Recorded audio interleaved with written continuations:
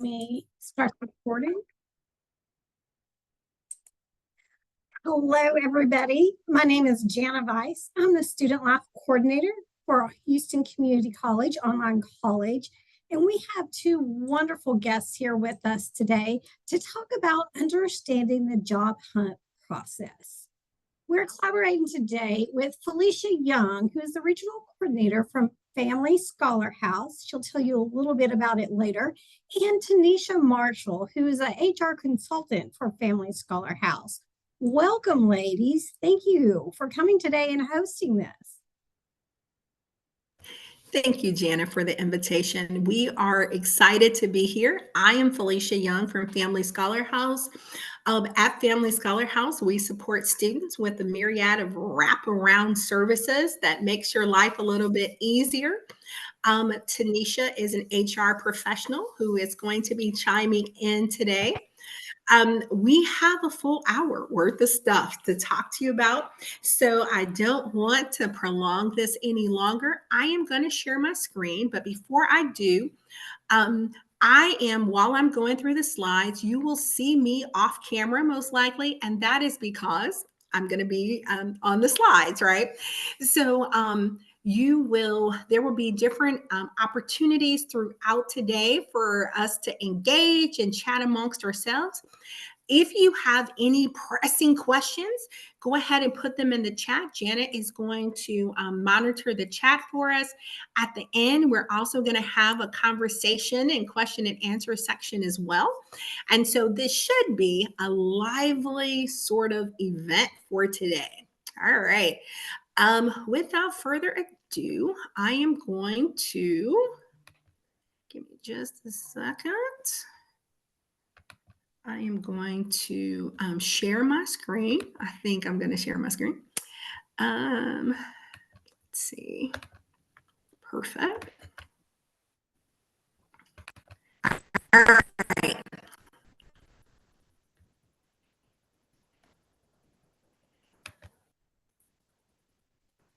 So I hope everybody is able to see the slides. If I'm talking and you're not seeing the slides, then please let me know that you're not seeing the slides so that I can sort of fix whatever is going wrong. All right. So today we're talking about understanding the job hunt process. Again, I'm Felicia Young, and you will hear Tanisha Marshall jump in. This is our agenda for today. We did our introductions. If you want to learn more about us, at the end, I will say what Family Scholar House does for the end to make sure we have enough time. Today, we're going to be talking about where to source jobs, how to create an error-free resume, how often should you be updating a resume, making sure that your skills match the roles you're applying for, professionalism, and then we're going to end today with background disclosure. All right, so we're going to start off with where do we source jobs from, right? So to get us thinking and all of that kind of stuff, where have you found job postings before? And were they effective? So if anybody, if some folks want to jump in to talk about where are some places that you found some job postings? Feel free to type in the chat or unmute yourself. Yep, you can type it or unmute. We got some folks here. So where have you found job postings before? Indeed is where they posted in the chat. Okay, Indeed. Where else? And for the folks who found a job, LinkedIn, yeah. For folks who found a job on Indeed, were they effective? Did you get the role?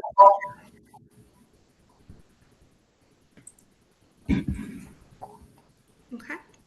All right. So as we think about where to source jobs, and this is going to include networking as well, right? We do want to make sure that we are leveraging online platforms. So when we think about online platforms, that means things like job boards like LinkedIn, of course, Indeed. Handshake is very good for college students to find opportunities and connect with the recruiters, right? So a lot of people say, oh my goodness, I looked on Indeed. I did the quick apply and I um, didn't get any traction from it, right? And so one of the things that we need to talk about is the networking piece to that, right? And when we talk about the networking piece, you have, as HCC students, you have a network of thousands and thousands and thousands of HCC grads that you can leverage in this process. And what I mean by that is, here's my phone, right? So I can go to the LinkedIn app, and let's say I'm looking for a job in customer service, right? So I can look on LinkedIn for jobs in customer service, and it will come up tons and tons and tons of jobs. That's not helpful. I mean, it is, but it's not 100% all the way helpful. It's more helpful if you find folks who went to HCC and who are HCC alumni who work at the company in which you're trying to work at, right? And you can send them a LinkedIn message and say, "Hi, I'm Felicia. I'm a current HCC student looking at a job for Amazon. I see that's where you work. Do you have time for us to have a quick coffee chat for me to learn more about what you do?" Right? You all can meet virtually, doesn't have to be in person, right? You all can meet virtually. They can tell you the ins and outs of the company, which you can use as part of your research, as well as they can get to know you. And if they like you, guess what? That is now a referral source for you to get into the company, right? So we can't just quick apply. We got to do some extra steps, including networking, to make these happen. Indeed has a lot of scams. We've noticed that, right? So when you go on Indeed and you find a job at MD Anderson, right? You find a customer service job at MD Anderson, don't apply through Indeed. Go to the MD Anderson website, find that customer service role, and actually apply directly through MD Anderson. One, that way you know it went to MD Anderson. Two, if that job you saw on Indeed was 3 months old, right? That job might even be open anymore, and you thought you applied and you really didn't. So we want to make sure that we're applying on the actual company's website, not on Indeed, so that you know it's a job posting that's still open and available, and you know it went directly to the company and that it's not sitting out there in Indeed world. All right. So networking matters. We talk about platforms and we talk about networking. It's important, even going to school online, it's important that we're engaging with our professors, HCC alumni, alumni for your spouse or partner, anything that you can, industry professionals, right? By going on LinkedIn, as I talk about those coffee chats, career fairs, having informational interviews. So when we're talking to these companies or talking to staff at these companies, we are doing informational interviews because we're trying to see if that's someplace we really want to work. If they talk about how bad it is and that they just laid off 1,000 people, then you might not really be in the mood to be, trying to apply for them moving forward, right? So studies show that nearly 80% of jobs are filled through networking. They're not filled through the application. They're not filled through that resume. They're filled through your networking. So networking is the most important thing that you can do right now for your job search because of the hidden job market, right? So many positions are never publicly posted. The only way that you're going to know about them is by reaching out and networking and all of that kind of stuff. For instance, I'll give you a perfect example. When I used to work for a large company, we would get the notification that one of our colleagues was leaving to take another role. we knew that they had 2 more weeks, right? So what do? We reach out to every family member we got, every friend we know. We're reaching out to people like, we're like, listen, this role, start paying attention for it because it's going to open in a couple of weeks, right? So those letting people know that you're looking for a job, being active, letting talking to these and having these informational interviews. They may remember you when a job opens and they may say, hey, I talked to Felicia a month ago and she was looking. Let me send it to her to see if she's still looking.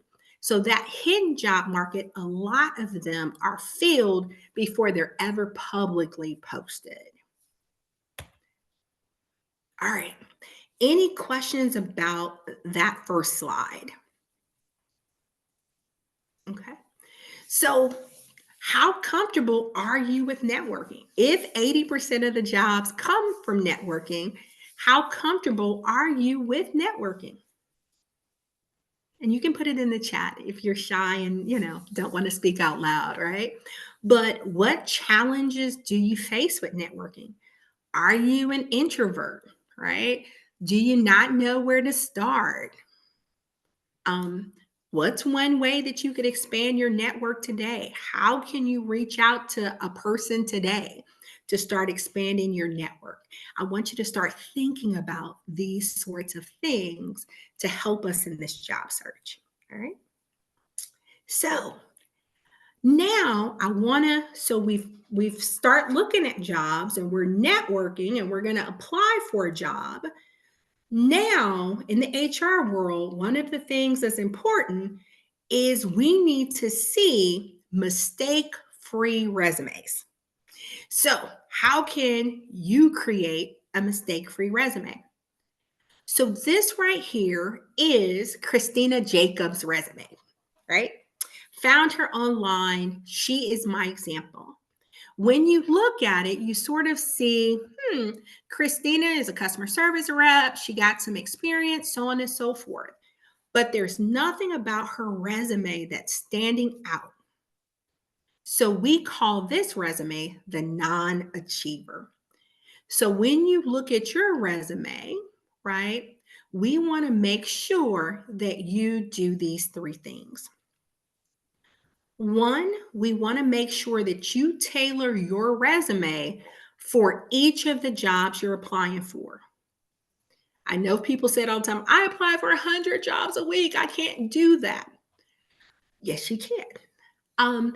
You need to have a resume if you've been a customer service rep, a bartender, and a software developer, right? You need a resume for customer service.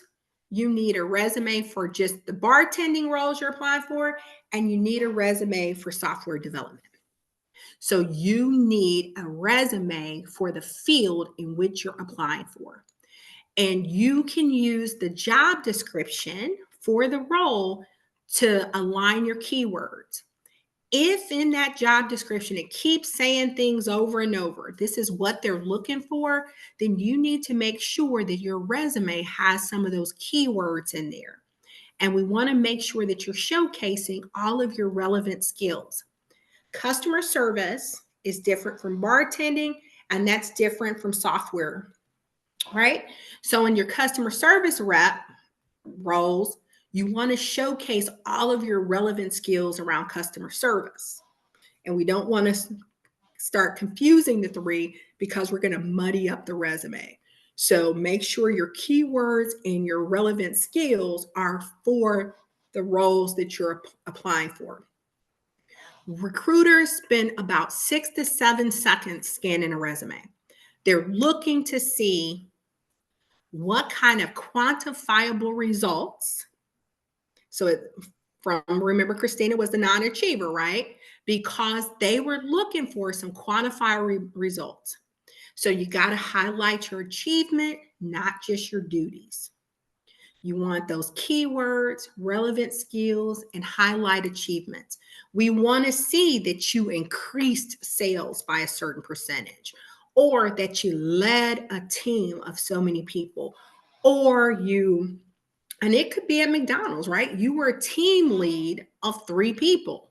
You were you increased sales month over month in selling Big Macs by 10%, whatever it is.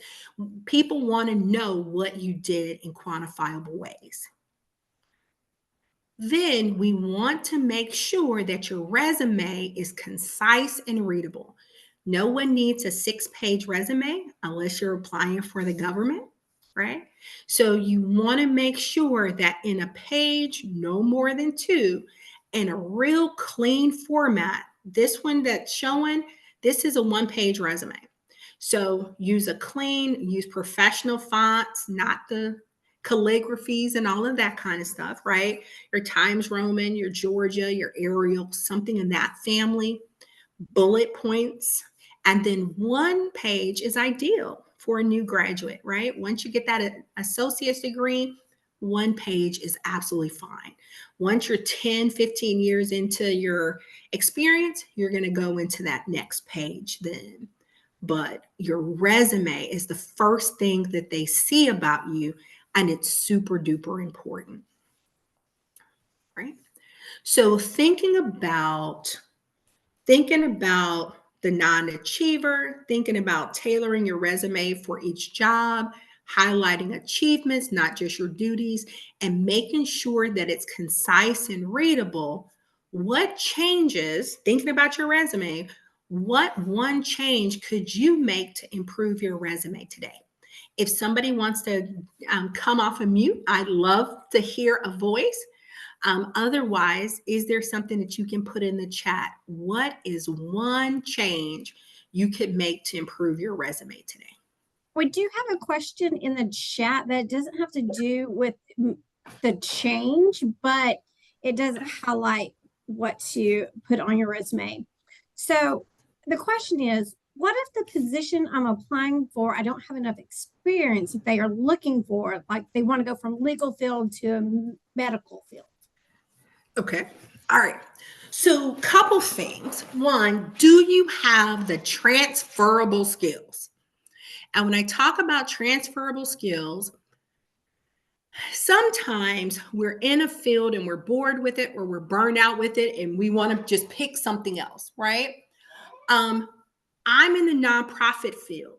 I may want to become a doctor, right? But I don't have the skills to become a doctor, right? So I'm not skilled up in that way yet. If you have some transferable skills to go from medical assistant to legal assistant, right? You have to be able on your resume, because you only get that 6 or 7 seconds, right? What in that job description, and if we have time, we can look at a job description. What within that job description do you have the skills for, right? If the job description for legal assistant says you got to have great computer skills, well, did you work on the computers as a medical assistant? You got to have some legal knowledge. Well, you don't have that yet. Where can you get that legal knowledge? It might say it might say that you have to have some sort of certification. Where can you get that certification? The things that are transferable, you got to be able to spell out. The things in which you're lacking, you probably need to start gaining some of those skills before you apply, right? I can't apply to become a doctor today because I don't have those skills, but maybe I could get into a medical assistant program so I can get into the medical field, and then maybe move from medical assisting over to pre-med, and then move along the spectrum. Tanisha, this might be a great question for you. Do you have thoughts? Yes, I think actually what you said, I think that's probably like the best information. So absolutely. Okay. Yeah. A lot of times people want to change fields. I see it all the time. I have hired a bunch of folks and I've gotten hundreds of resumes. I'll give you a perfect example. One of the roles was for, I used to lead a large endeavor, and annually, I'd have to hire a new coordinator, or every other year, a new coordinator. So I put the role out, I put the position out to the public. I'm looking for an event planning coordinator, right? And because somebody would be like, I could probably do that, right? Right now, they're a CNA, but they want to be an event planning coordinator. So they send me their CNA resume and they expect me in my mind to transfer those skills to see that they're qualified. I don't got that kind of time, right? There are people who apply, they're bartenders in their day job, but they want to be event planning coordinators and they want me to sort of transfer the skills in my mind. Recruiters don't have that kind of time. If you have the skills on your resume and ChatGPT, we're going to get to that in a second. I'm going to show you, or maybe the next time, maybe we can do a resume, maybe we can do a part 2 that talks about how to build your resume, right? You have to be able to know what your relevant skills are and be able to use an AI software like Chat or Gemini to help transfer those skills for you into a resume. If that didn't answer the question, we can absolutely chat when this is over, and you can give me a little bit more specifics about what you're, doing now, what you want to do, and we can try and work that out for you. But I hope that was helpful to everybody in the room. Right. Felicia, I wanted to chime in, especially with what you have showing as the bad spellers. Is a good time? Mm-hmm. Okay. All righty. So I definitely wanted to, as a senior recruiter, I definitely wanted to share. You definitely want to check for grammatical and spelling errors, as you have shown here. I also want to share, please make sure that your resume is showing actual experience, as companies do verify employment if an offer is extended. I also wanted to share one thing that I don't see, and I love that you've shown it here, is actually showing the month and the year that you've worked.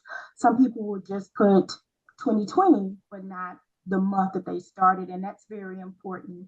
You may not know for us as recruiters, so definitely, I would definitely suggest that. So I would say, for example, if you work for a business call, if you will work for offer a business, you will just want to include in your resume that you started April 2020, maybe you left in September 24.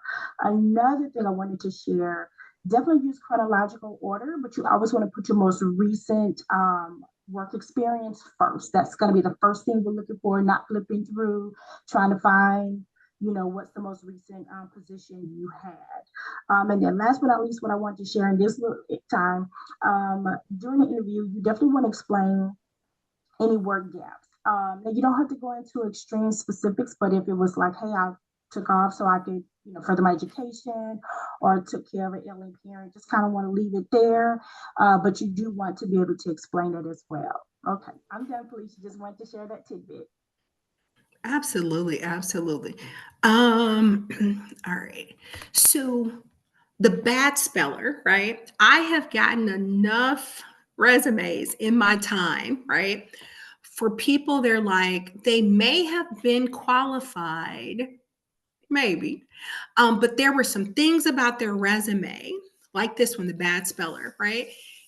If I need somebody who has attention to detail because they're going to be working with me on a $1 million grant, right? I need attention to detail. I need attention to detail.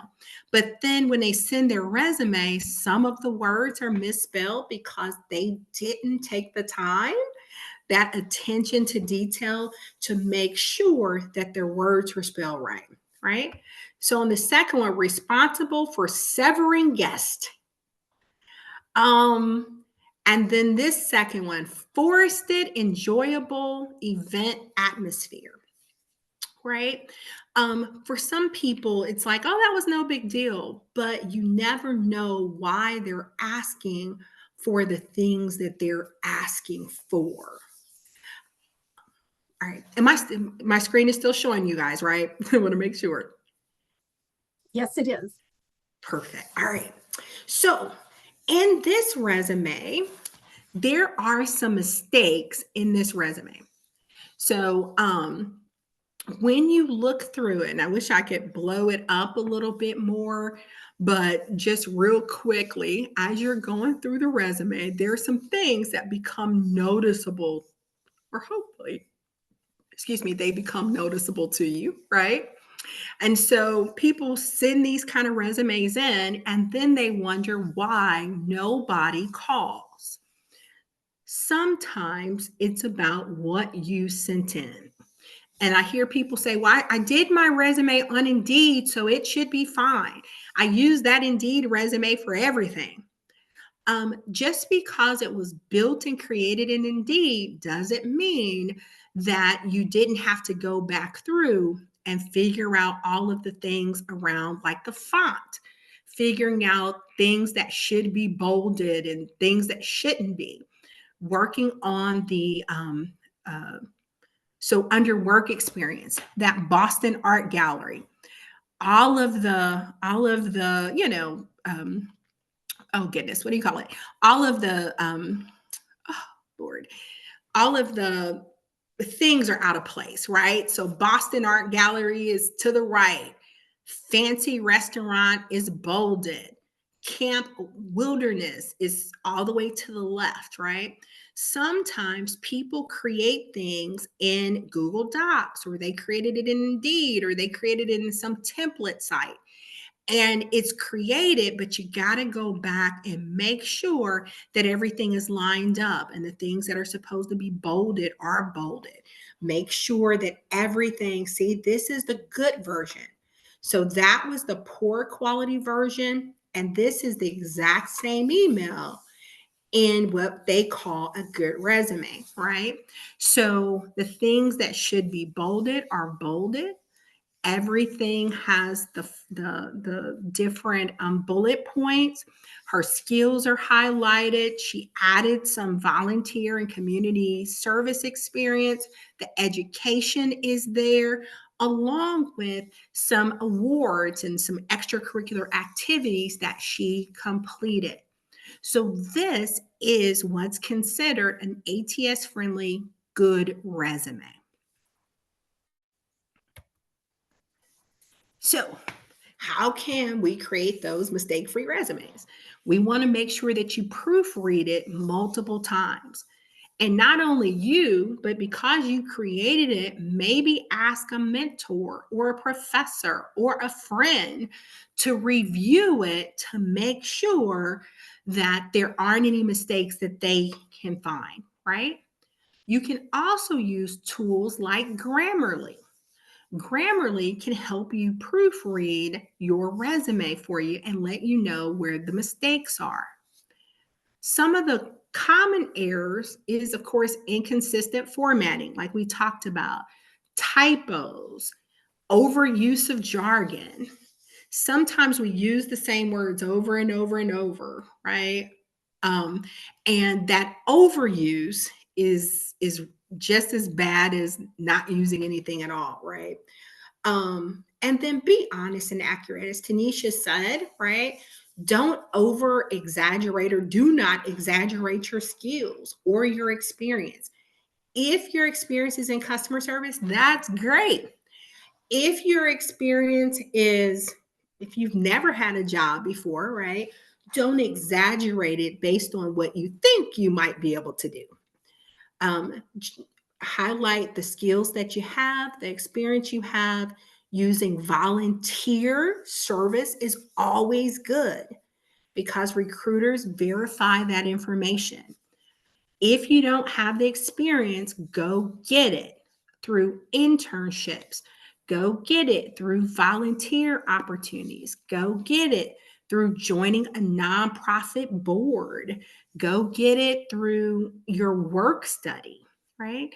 You can potentially work study somewhere like the financial aid office, which will give you some experience. Working at the different places on campus will help give you the experience that you're looking for and that you need.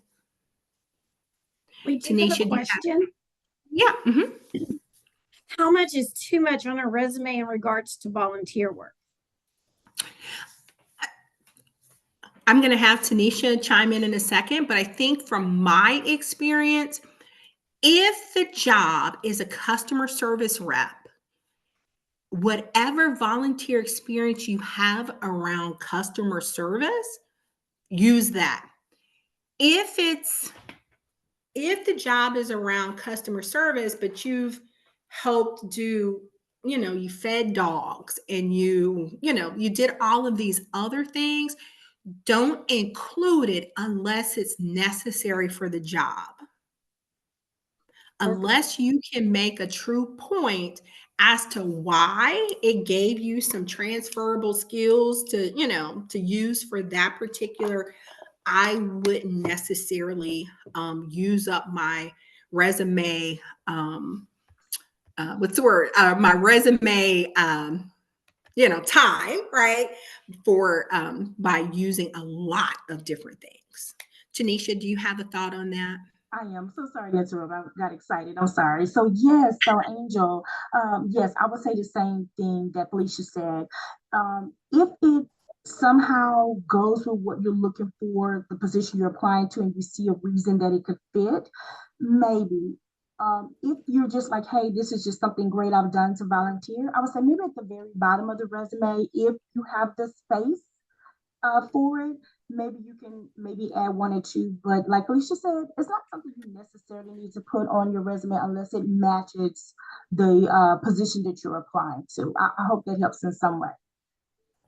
Yeah. Yes, ma'am, it does. Thank you. My pleasure.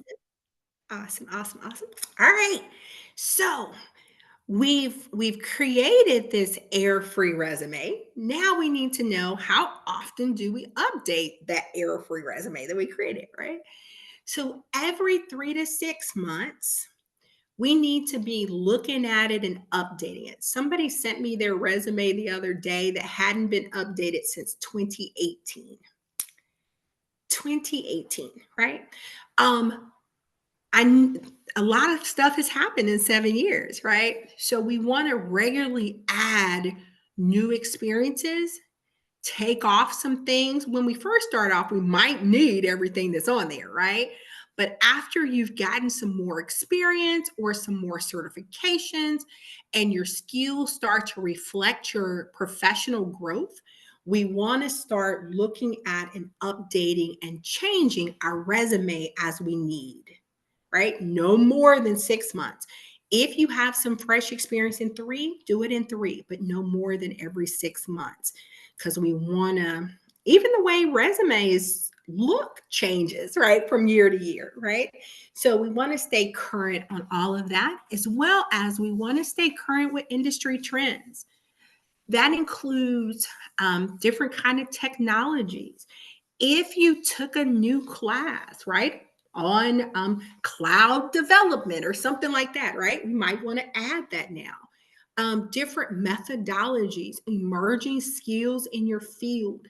If you are starting off as a freshman, but by the time you're a sophomore or a year or two in, you've probably taken some AI courses now. You might have taken some IT courses as you're moving into your IT field. If you're medical, you might have done an internship right now, and you might want to include some of the things that you've worked with. Those, now maybe you've gotten your EKG technology certificate or something. You want to start adding those things to your resume as you get them for the roles you're trying to move into. We always want to stay current with those industry trends.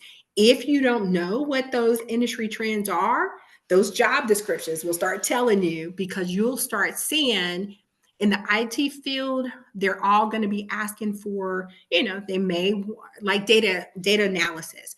They might want Power BI, or they might want you to know Tableau, or they might, right? If you start seeing the same terms over and over, the same technologies, all of the things over and over and over, that might be something that you want to add if you're trying to get into that field. I would align my resume with my LinkedIn profile, because we want to be consistent between what your resume says and what your LinkedIn says, because your LinkedIn is pretty much your electronic resume out to the public. and it will help you maintain credibility. If your resume is beautiful and it has all of this great experience, your LinkedIn should mirror that.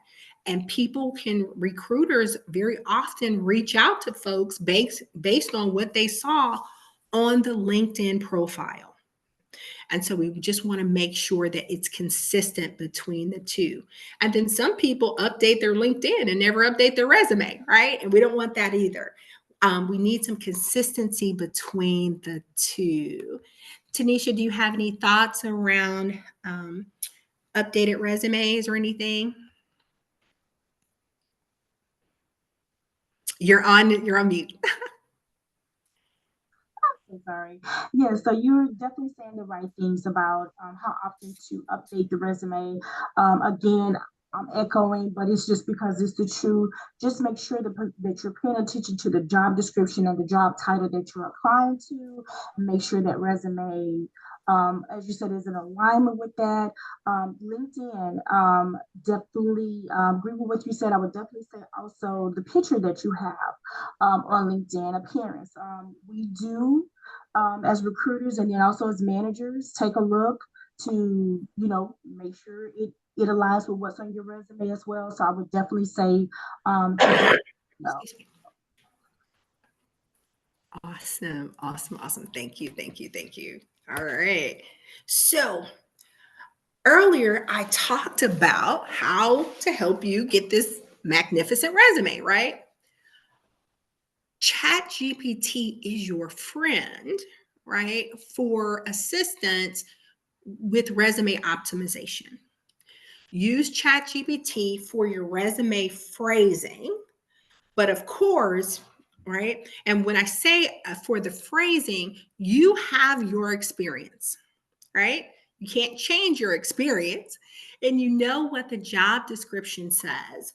You can use ChatGPT to help you transfer those skills, right? So that you're not just using the same words like, I was a cashier at McDonald's. I helped at the cash register. I prepared food, right? ChatGPT can make those same words sound so much better, and they can help rephrase it in such a way. They can't make it perfect, but they can improve it so that it's not so generic in content, right? So I often use ChatGPT to help me say some things well. We also have to keep in mind that there's something called the Applicant Tracking System, or ATS. And so we want what we call ATS compliance, right? So that goes into those standard fonts. I have seen resumes where people had, they wanted calligraphy and they wanted all of these different fonts and all of that kind of stuff. They don't make it through the ATS tracking system. So that's where those standard fonts that I talked about earlier come in, right? Your Times Roman, your Arial, your Georgia, all of those sorts of things. We also want to avoid what we call excessive formatting, all of those tables and adding images. And I've seen people who were trying to prove that they knew a software, and so they threw a table into their resume. Because our system at the time was not, we took a look at everybody's resume. It didn't get hung up. But if we had been a larger system like another agency I worked with, it never would have made it through due to the tables and images on there, right? And always incorporate keywords from the job description, because the ATS system is trying to match. It's looking for to see if you're a great candidate or not, right? If it has keywords in it and you didn't use any of them, the ATS system is just going to assume that you're not qualified for the role. So those keywords are super duper important in this entire process. Really, really, really important. All right. And then there's LinkedIn and job aggregators. You can set job alerts and customize your profile to improve recruiter visibility. You can, on LinkedIn, you can add that green banner that says you're open to work. You can set on a lot of job sites, you can set your job alerts so that every time a new role pops up, it notifies you so that you're not, for instance, United Way of Greater Houston has a job board, and a lot of people don't know that job board exists, right? You can go on that job board and you put in your name and your email address, and you set the job alert. And once a week, it sends you all of the new jobs that came on to that job board this week. And when I'm talking about the job board, it's not United Way jobs, it's jobs at all of the nonprofits around Harris County. So sometimes it might be 5 jobs come up in a week. The next week, it might be 20 jobs that come up. And you don't have to remember to go on their website every week. The job alerts will send you all of the new stuff. So a lot of companies now have job alerts. So make absolutely sure that if you're on their website and you see where it says set job alert, set it. Halliburton has it. MD Anderson has it. Methodist has it. General Electric Appliances.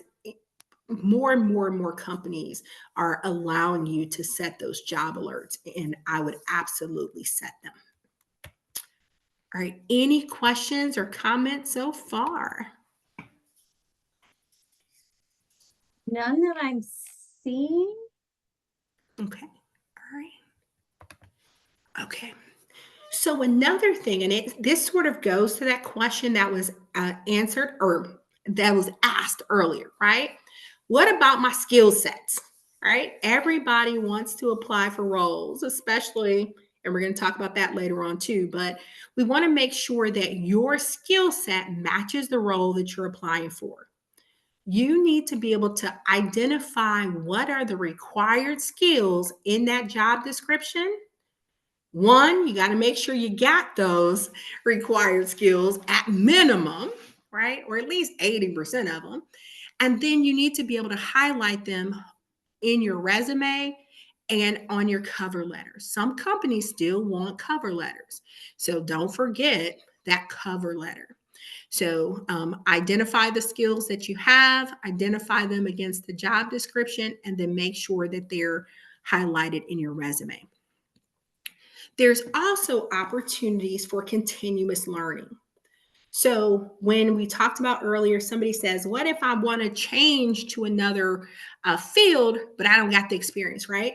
You can take online courses like Coursera, LinkedIn Learning. LinkedIn Learning has some of their classes for absolutely free.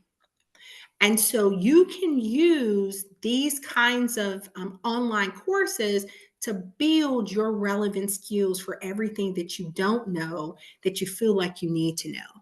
If it keeps coming up in those job descriptions, then it's probably something that you're going to need to learn. And soft skills matter. Communication matters. Teamwork matters. The ability to solve problems. All of those are very high valued skills. And so if you have them, showcase them in your resume with some examples, right? Improve the communication channel between 3 teams by, whatever percentage, worked in a team of 12, led a team of 6, however, right? But those showcasing those skills are really highly valued. All right. So discussion question. What is one skill that you think you need to develop for your desired job? If anybody wants to come off mute, they can. Or you can put it in the chat. What's one skill you think that you need to develop for your desired job? If you're in one field, yeah. Patience, yes. Absolutely. Absolutely. I love that. What other skills? right? It can be a soft skill like communication. Sometimes we're not good talking with one another, or it could be, a hard skill. We want to get into AI because that's the next big thing, but we don't know anything about AI, right? So, what is one thing that quick thinking, love it. Yep. What is some of the things that we can do to skill up? All right. Whew. This is a big one for Tanisha and I. We call it managing expectations. Realistic financial expectations for salary. I'm going to give you an example and then I will go into what this means. So I was talking to a person who has a high school diploma looking for a job. And I'm trying to coach them on, applying for a job, the whole 9 yards. And we start talking about salary. And so I said something to the effect of, what would be a good starting salary for you based on, a high school diploma and limited skills? And they said, I need to make at least $30 an hour. And I said, okay, maybe you have some skills that I don't know about, right? Let's walk over your skills again. Sometimes we have to be more realistic about the field in which we're trying to get into. What is that field paying? What are people who are in the field currently getting paid, right? That's like going to McDonald's as the fry person asking for $22 an hour, right? Some things have to be realistic. And the way we can figure out if it's realistic or not is by using things like Glassdoor. Glassdoor will show you what that field or what that career or occupation generally pays. It can show you what a retail clerk, right, in the Houston area is probably getting. What is a data analyst getting? What is any of the things? Pay scale does as well. The Bureau of Labor and Statistics, all of those, you can use any and all of those to better understand what salary expectations are for both entry level roles as well as, director level roles. Because sometimes what we think a job pays and what it actually pays are two different things. Right? So as we're thinking about, okay, this role pays $20 an hour, right? And some people are like, that's not enough. I just can't make it off of that. And that may be true, but you also need to consider what they call total compensation, right? So that's the benefits, that's your insurance, that's your paid time off, your PTO days, that's your sick days, that's your holidays, that's your 401k, that's all of those things, right? Your benefit package. What does that look like, right? Do they give you free health insurance? Does that role have any kind of bonus opportunities so that you can make more money every year? And then what is the career growth potential opportunities? All of those things are just as important as a base salary. We've got to start somewhere. So maybe you start off here, but if that company has some phenomenal career growth opportunities and they have great benefits and there may be bonus potential in the future, all of that is just as important as what that base salary is. And then when you get hired and they offer you, they say, hey, Felicia, we'd like to offer you this role. It pays X number of dollars, right? Do you want the job? I tell people to be prepared for negotiation. If you've done your due diligence and you've looked on Glassdoor, you've matched your experience in your education to pay scale and the Bureau of Labor Statistics, and you feel like there may be room to negotiate, Employers very often expect candidates to negotiate.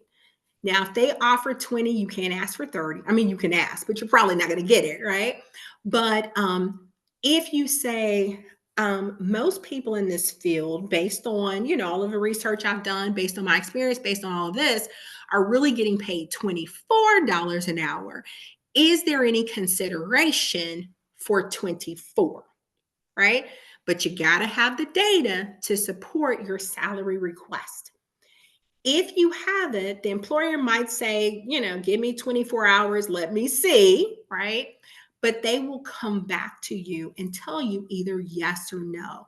If you've done your due diligence, you don't have to always say yes to the first number that's provided to you. There may be, in some cases, room for negotiation. All right, Tanisha. Over here nodding my head and shaking my head, so absolutely. So just want to say it like this. Basically, you said it, but just say it like this. Know what the position is worth. And you can always ask the range when you get that call, when they're screening you for the call or you have that interview. You may not want to ask during the interview, but I am saying when a recruiter reaches out to you and discusses the position with you, you can actually ask, what is the range? Some companies do have it, but most of them don't. So like I said, you can go to Glassdoor and PayScale and all, but you can also have that conversation with the recruiter. Do you mind sharing the range with me? And then once you know that and the offer is extended, yes, you can. And like I said, you always want to read the room, as you would say, but yes, you can definitely negotiate that salary. But again, make sure you have your data, you know what that position pays or should be paying, and then you can ask that question. Absolutely. Thank you. Thank you. Thank you. Thank you. All right. So, all right. So, and you don't have to say it out loud, but just to think to yourself, what is your ideal starting salary? Right. And now I want you to figure out based on first, what's your ideal starting salary? Then I want you to research it on Glassdoor, right? And then I want you to be able to answer, is it realistic based on the research? If we had enough time, my hope had been that we would have had a moment to sort of look up something on, but you can do it at your leisure when we get off this call, right? So if you know that you're trying to get a role in, I don't know, customer service or whatever it is, right?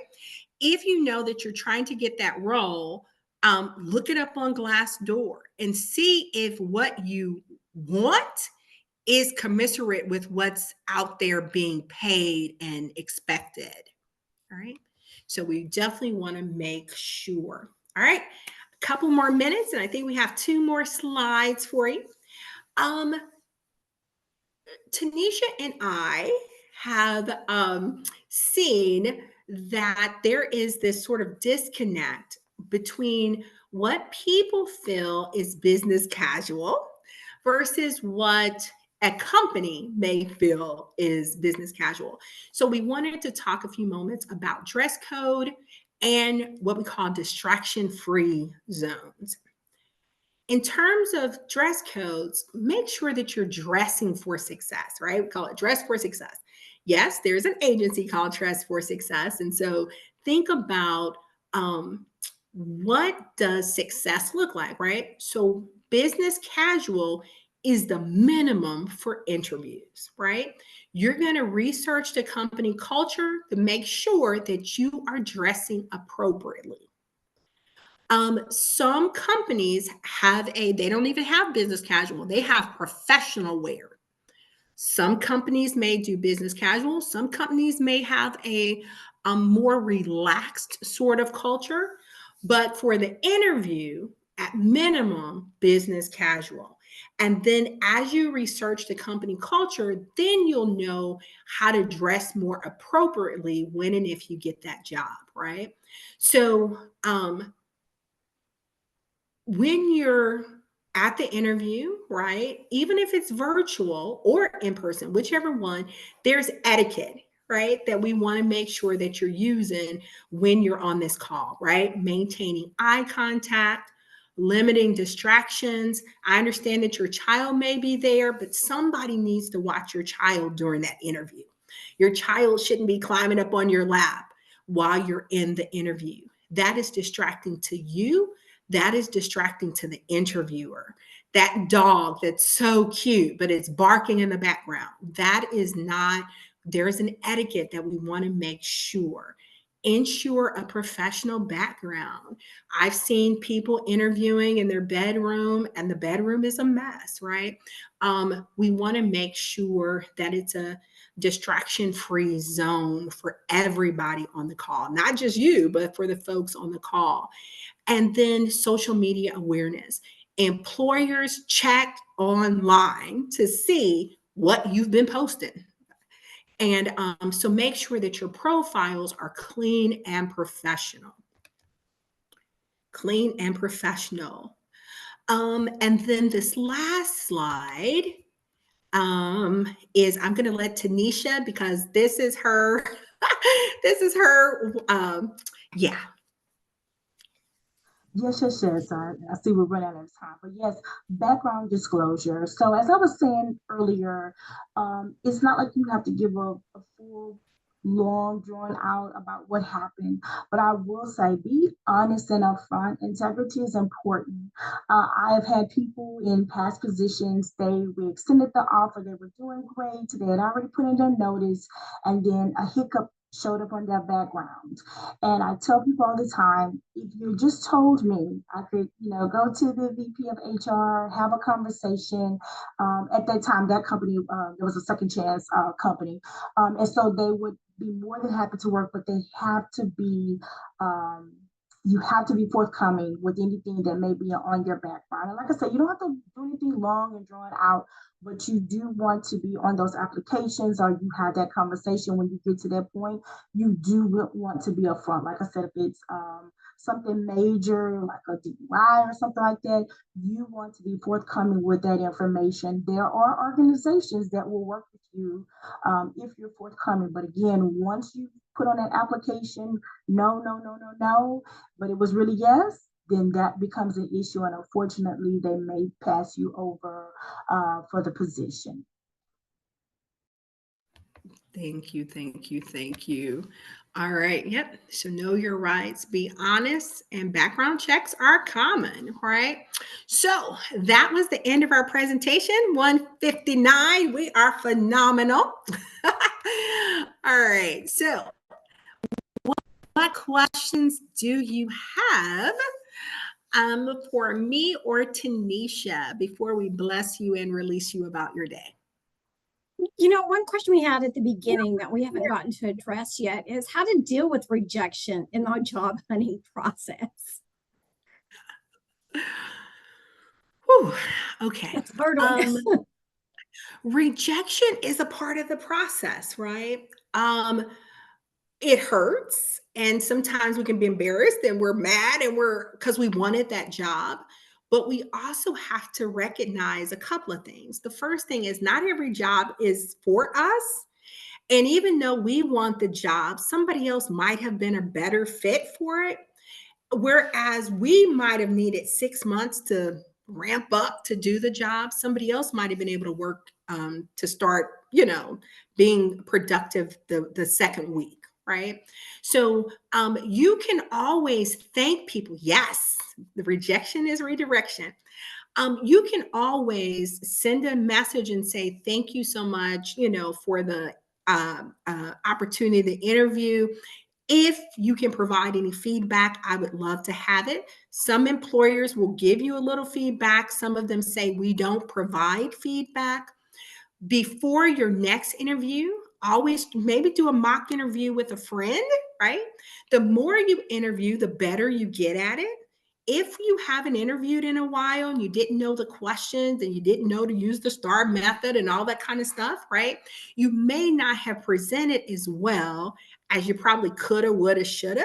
So you also have the ability to practice moving forward.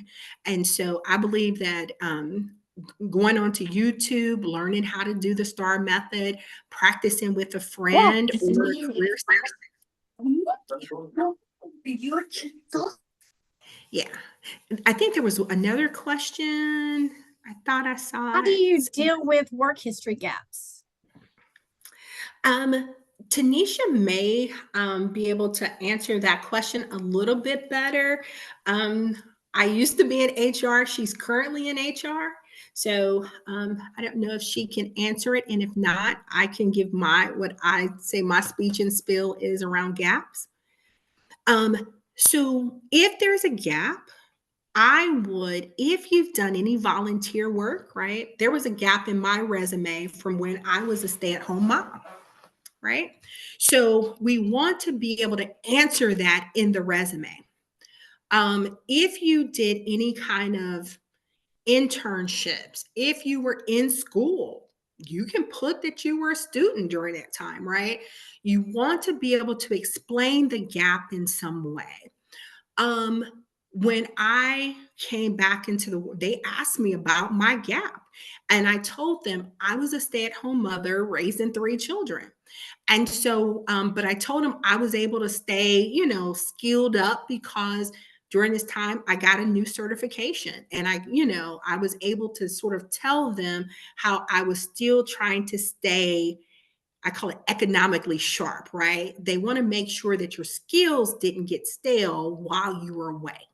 So if there's a way that you can prove, maybe you volunteered at the church, maybe you were the church secretary, you can count all of that kind of stuff, answering the phones, helping with the books, whatever it was that you did. Don't tell stories, but if there's something that can show that you were still moving forward in some way, even if you were unemployed, was there something that you did during that time that you were unemployed, but during this time you were able to continue to skill up in this way?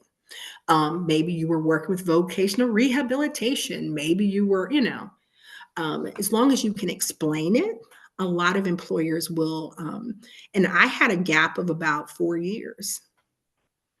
So yeah, there's a way to explain it, and we can talk about it if you need that explanation. And I want to add that companies are definitely more forgiving now with gaps. Like I said, going back to school, being a stay-at-home mom, tending to an ailing parent. Companies, I promise you, companies are a lot more. It's a lot more acceptable now for those gaps. Back to school or whatever it was, took some time off. That I mean, you want to explain it, but like I said, companies are a lot more acceptable now. Thank you. Was there another question that popped up? Yes. It says, which one is better to do for skill development as a beginner? Volunteer work or on a similar field, or to take online courses to learn more about the field?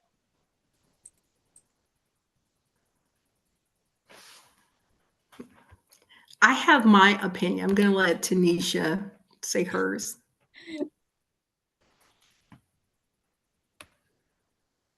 I'm sorry, I'm just reading over it. Okay, it's better to do as a beginner. So I would definitely say, if I could say a little bit of both, definitely that volunteering, if you will, gets your foot in the door.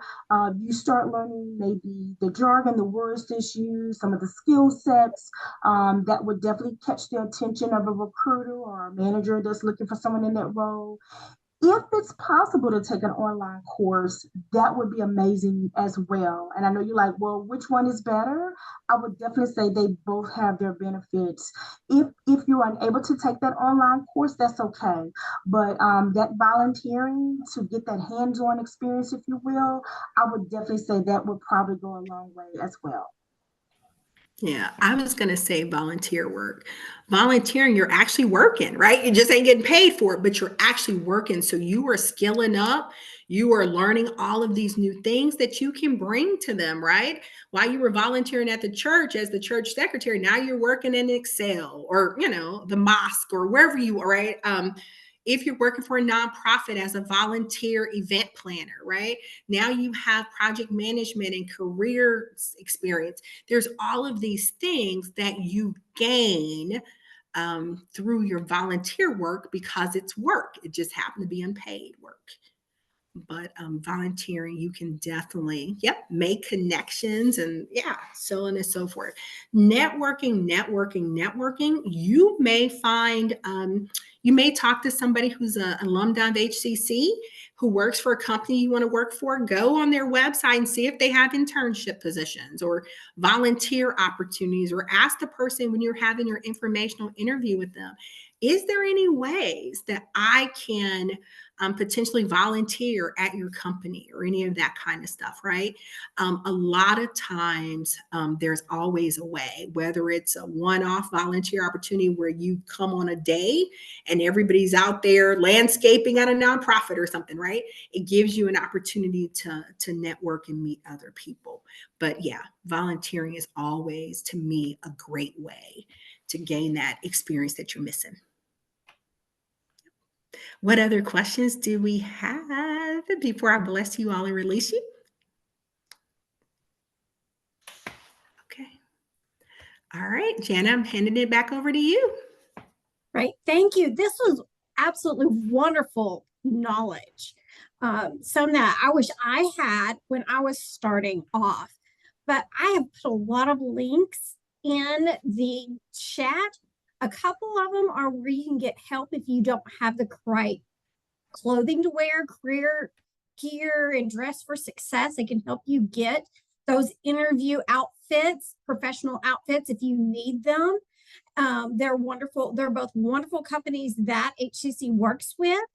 And for those of you who came in late, we will be posting this on our Student Life YouTube page for you to watch at a later date. I'm hoping to get it up by next week.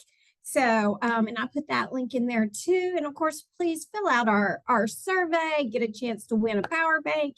And hopefully we will be coming back with Felicia Young and her wonderful organization and to do another career workshop. And I did put in our next one that we have scheduled that is all about LinkedIn, and hopefully y'all can come to it too, as they did discuss LinkedIn today.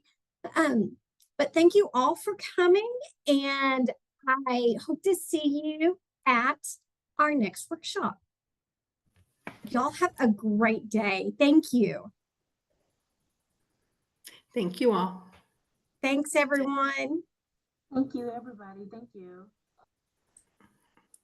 Thank you, Jana. Thank you.